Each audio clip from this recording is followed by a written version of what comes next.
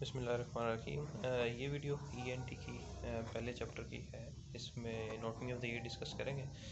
सबसे पहले हम ईयर का एक्सटर्नल ईयर को डिस्कस करेंगे। Year is divided into 3 part: external ear, middle ear and internal ear. External ear को हम डिस्कस करेंगे इस वीडियो में, सिर्फ एक्सटर्नल ईयर कवर होगा।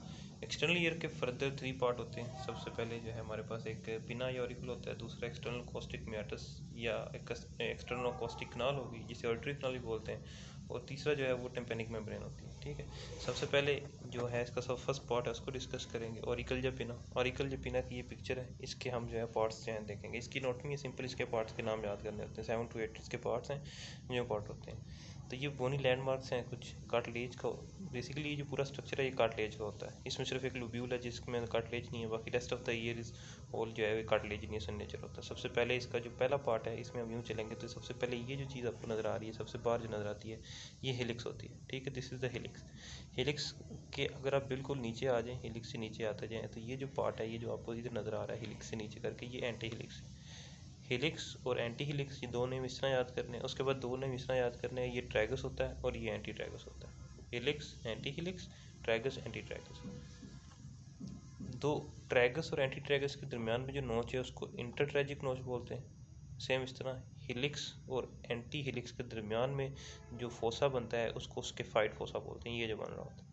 जबकि जो एंटी हेलिक्स है ये फर्दर अपने दो जो है ना वो क्रूरा में डिवाइड हो जाता है, दो क्रस ये क्रूरा ऑफ एंटी हेलिक्स। इसके दरमियान में जो फोसा बनता है ये ट्रायंगुलर होता है, इसलिए इसको हम ट्रायंगुलर फोसा बोलते हैं। ठीक हो गया, तो ये कुछ बोनी मार्क्स हैं इंपॉर्टेंट एक्सटर्नली।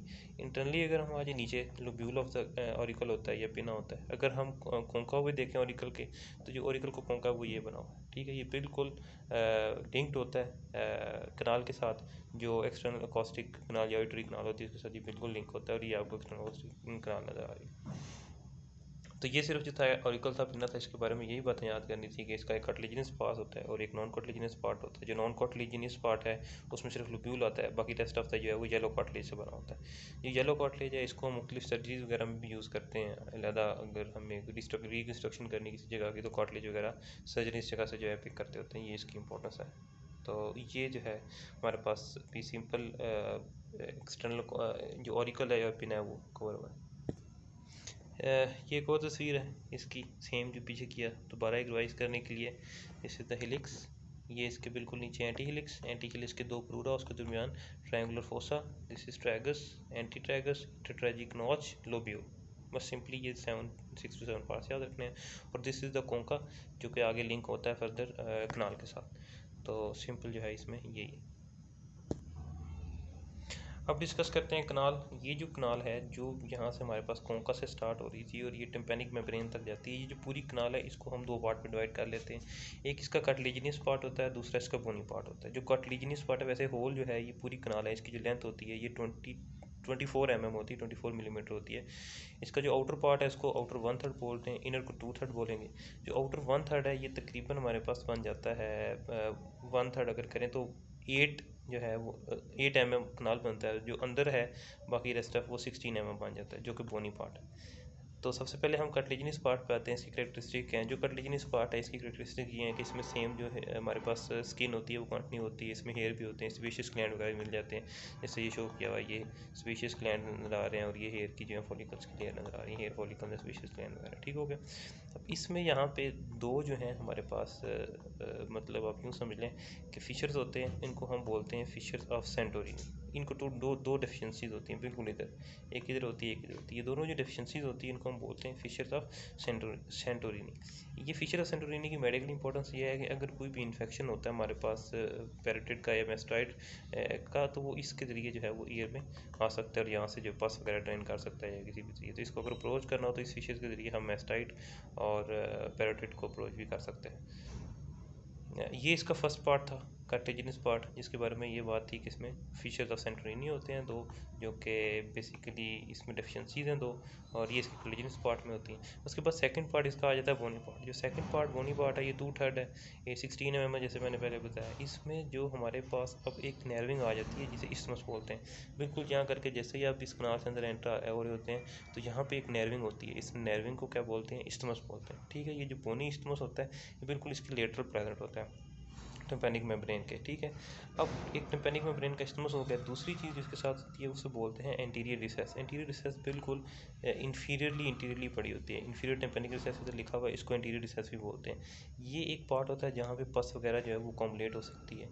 और इस्टमस की क्या है, इस्टमस का क्या है, कोई भी फॉरेन पार्टिकल जो बॉडी आती है वो यहाँ पे इस्टमस में आके अट जाती है या यहाँ पे ठहर जाती है, तो वो यहाँ पे आ जाती है। और अगर कोई पस वगैरह बनती है तो वो इस इंफीरियर टिम्पैनिक रिसेस में कॉम्बुलेट हो सकती है।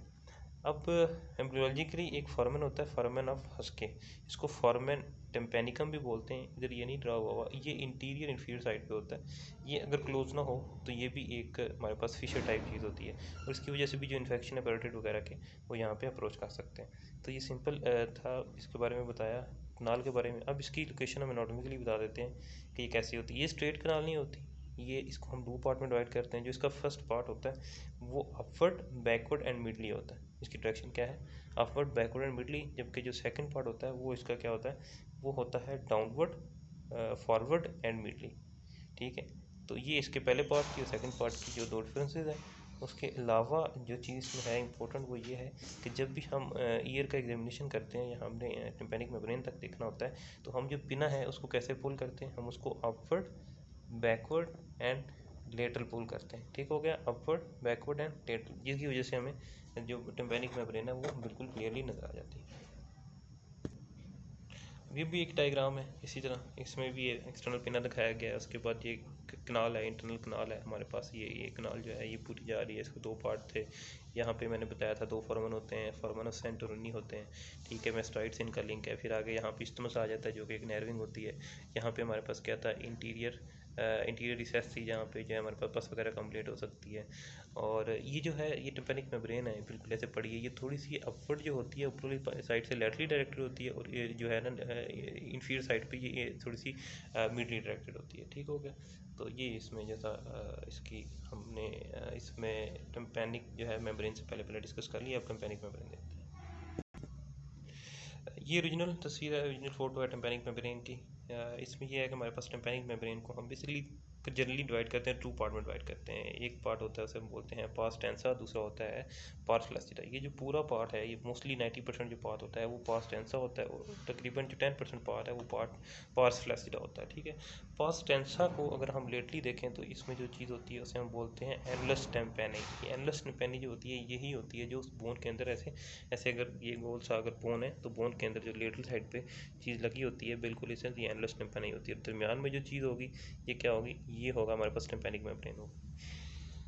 अब ये इसका एक व्यू है, ये एक लेटरल व्यू दिखाया हुआ उन्होंने। लेटली हम देख रहे हैं इसको, मिडली भी देख सकते हैं। लेटली हम क्या देखते हैं, लेटली क्योंकि इसके साथ जो एक बोन होती है लेटली, मिडली साइड पे जो बोन अटैच होती है वो मेलस बोन अटैच होती है, ठीक है।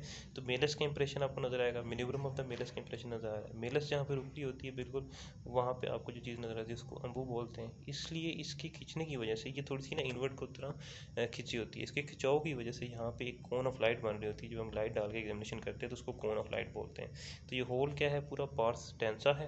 पार्स टेंसा को जब लेटली देखते हैं तो ये एनलस बना देता है, एनलस टेम्पनाई। ये कोन ऑफ लाइट हो गई, ये एम्बू है, ये है मैनुब्रम ऑफ मेलस का इंप्रेशन, शॉर्ट प्रोसेस। उसके बाद ये हमारे पास आ जाता है पार्स फ्लैसिडा। पार्स फ्लैसिडा क्या है, यहाँ एक इंटीरियर फोल्ड होता है, एक पोस्टीरियर फोल्ड होता है। इन दोनों के दरमियान में जो चीज़ होती है उसको पार्स फ्लैसिडा बोलते हैं। ये ज़रा सख्त होता है as compare to pars tensa के, ठीक है। और ये लेस मूवेबल होता है, ये ज़्यादा मूवेबल होता है। तो ये टिम्पैनिक मेम्ब्रेन के बारे में इसमें ये बात है। फर्दर टिम्पैनिक मेम्ब्रेन का अगर क्रॉस सेक्शन देखा जाए तो टिम्पैनिक मेम्ब्रेन को हम 3 पार्ट में डिवाइड करते हैं, outer epithelial layer, inner mucoid layer और मिडल फिब्रस लेयर। जो आउटर एपिथेलियल लेयर है, जो आउटर एपिथेलियल जो आपको नज़र आ रही है, ये आउटर एपिथेलियल लेयर है क्योंकि ये लेटरली है। तो ये बेसिकली स्किन से ही कॉन्स्टिट्यूट होती है, स्किन ही बनी होती है। जो इनर लेयर होगी जिसको इनर म्यूकोसल लेयर बोलते हैं वो बेसिकली मिडल ईयर का पार्ट होती है, और इन दोनों के दरमियान में एक मिडल फिब्रस लेयर होती है जो बिल्कुल जो है ना फिब्राइड इन नेचर होती है, जो वाइब्रेशन में मदद करेगी क्योंकि वाइब्रेशन से ही साउंड जो है वो जनरेट होंगे आगे। अब अगर हम रिलेशंस देखते हैं कि रिलेशंस क्या हैं टिम्पैनिक हाँ, अगर हम रिलेशंस देखते हैं इसमें कि भाई रिलेशंस क्या है, हमारे पास एक्सटर्नल अकोस्टिक मैटर्स के रिलेशंस क्या है, तो रिलेशन में अगर आप देखें तो सुपीरियरली हमारे पास मिडिल क्रेनियल फोसा पड़ा होता है, बिल्कुल इसके सुपीरियर जो है हमारे पास इधर ब्रेन का मिडिल क्रेनियल फोसा पड़ा होगा, ठीक हो क्या। अगर हम इसके पोस्टीरियरली देखेंगे तो पोस्टीरियरली इसके बिल्कुल मेस्टाइट जो है एयर सेल्स पड़े होंगे और फेशियल नर्व जो है इसके पोस्टीरियरली पास करती है। जब हम इसके इन्फीरियरली देखेंगे तो इन्फीरियरली हमें यहाँ पे क्या मिलेगा, पैरोटिड जो है वो ग्लैंड मिलता होता है। और जब हम इसके इंटीरियरली देखेंगे तो इंटीरियरली बिल्कुल जो कान है, कान के इंटीरियरली जो कि हमारे पास टेम्पोरो मैंडिबुलर जो है जॉइंट पड़ा होता है, ठीक हो क्या। ये इसका, उसके बाद लास्टली हम इसकी नर्व सप्लाई देख लेते हैं, जो मियाटिस है इसकी नर्व सप्लाई क्या है, ये इसमें ये डायग्राम हम देखते हैं। इसमें क्या है हमारे पास कि अगर हम इसको देखें तो हम ये कहेंगे कि हमारे पास ये ईयर है, ठीक है। ईयर में ये है कि हमारे पास ये जो इसकी लेटरल सरफेस नज़र आ रही है, ये मिडिल नज़र आ रही है। मिडिल का तकरीबन most part great auricular nerve cover करती है, अपर पार्ट जो है वो लेसर ऑक्सीपिटल नर्व कवर करेगी, और मिडिल एक थोड़ा सा पार्ट जो रह गया वो फेशियल नर्व और वेगस नर्व मिलकर क्लियर करती हैं। ये कोंका का पार्ट होता है जो मिडली होता है। इसी तरह कोंका का लेटरल पार्ट जो है वो भी वही दोनों कवर कर रही हैं, सेम ग्रीन के साथ शो हुआ है। अगर लेटली आ जाए तो मोस्ट जो है वो पार्ट जो है ग्रेट ऑरिकुलर नर्व कवर करती है, लेकिन बाकी का जो पार्ट रह जाता है वो ऑरिकुलो टेम्पोरल नर्व होती है, जो ट्राइजेमिनल की जो है ना V3 की ब्रांच होती है वो कवर करती है।